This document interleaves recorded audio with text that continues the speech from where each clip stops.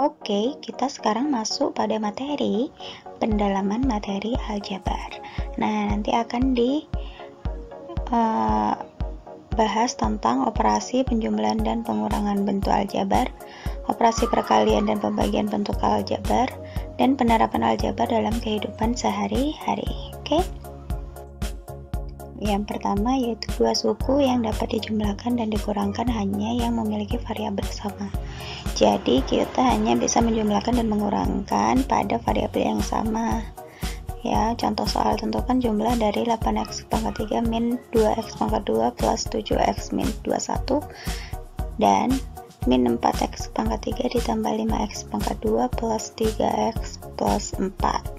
Nah, caranya kita tulis dulu semuanya karena tadi tentukan jumlah, notasinya plus.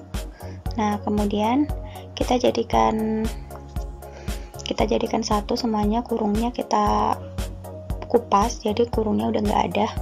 Kita tulis yang bentuk aljabar yang pertama sampai min 21, kemudian ini positif dikali, kalau dikurung tuh dikali ya, positif kali negatif jadinya negatif 4x pangkat 3, positif kali positif tetap positif, ini positif ya. Kemudian kita jadikan satu yang variabelnya sama, 8x pangkat 3, kemudian ini min 4x pangkat 3, variabelnya sama kan, kemudian nanti kurangkan 8 kurang 4 adalah 4x pangkat 3, kemudian yang min 2x pangkat 2 ini 5x pangkat 2, jadikan 1 min 2 plus 5 adalah 3x pangkat 2, dan seterusnya. Nah, hasilnya adalah ini. Oke, mudah sekali. Oke, kita masuk ke contoh soal kedua. Tentukan jumlah dari 5 kali, dalam kurung itu kali ya, 5 kali 2x plus 4 dan 3 kali x min 1. Pertama kita kalikan pelangi ya, saya bilangnya ini namanya kalikan pelangi. 5 kali 2x adalah 10x, 5 kali 4 adalah 20, ditambah tulis 3 kali x adalah 3x, 3 kali min 1 adalah min 3. Kemudian jadikan satu yang x nya 10x plus 3x, kemudian yang nggak ada variabelnya 20 min 3, 10 tambah 3 13x, ditambah 20 kurang 3 adalah 17. Mudah ya. Kemudian soal selanjutnya, soal nomor 3. Tentukan hasil dari pengurangan 2a pangkat 3 min 4a plus 7 dan dengan 5a pangkat 3 min 4a pangkat 2 ditambah 6a plus 1. Yang tadi kan ditambah, sekarang kita kurang hasil pengurangan. Jadi bentuk aljabar yang pertama, terus notasinya kurang bentuk aljabar yang kedua. Nah, tulis bentuk aljabar yang pertama sampai plus 7, kemudian ini minnya ini kalikan dengan semua yang ada notasi di dalam kurung untuk menghilangkan kurungnya.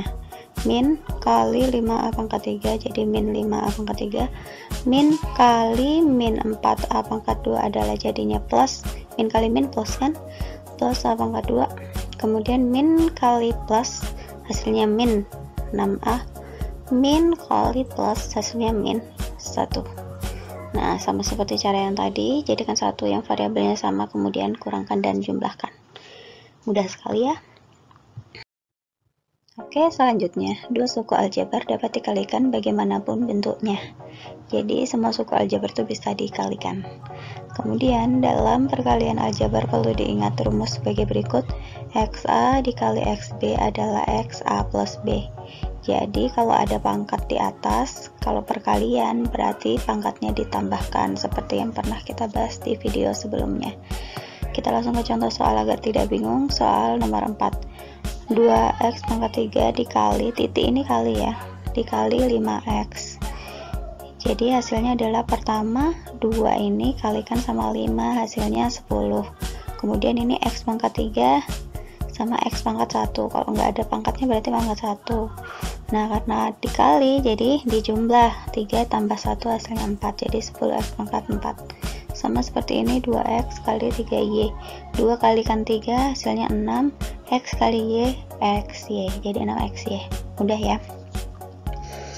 Kemudian contoh soal nomor 5, 2AB kali 4A pangkat 2B pangkat 3. Yang kita kalikan pertama adalah angkanya dulu, 2 kali 4 adalah 8.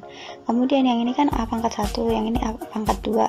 Jadinya A pangkat 1 tambah 2.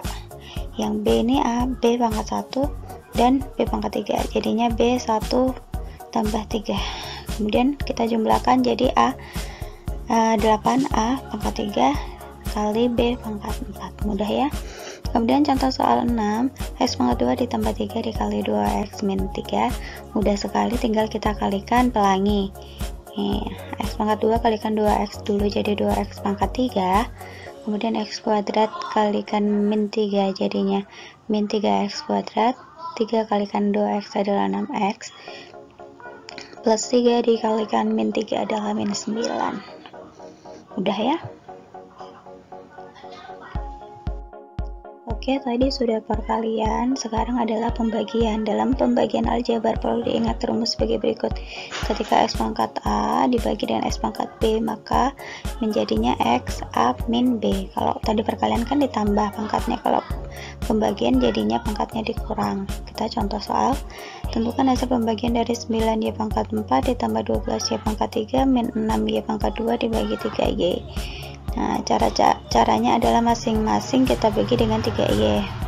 Jadi kita tulis yang pertama dulu, tadi bentuk aljabarnya dibagi dengan 3Y. Berarti 9, caranya ya, semua ini dibagi dengan 3Y. 9Y pangkat 4 dibagi dengan 3Y. Berarti 9 bagi 3 adalah 3. Y-nya pangkatnya kita kurangkan 4 kurang 1 ya. Sama dengan ini 12Y pangkat 3 berarti 12 bagi 3 hasilnya 4. Terus pangkatnya Y pangkat 3 dikurang Y pangkat 1. Ya, mudah ya.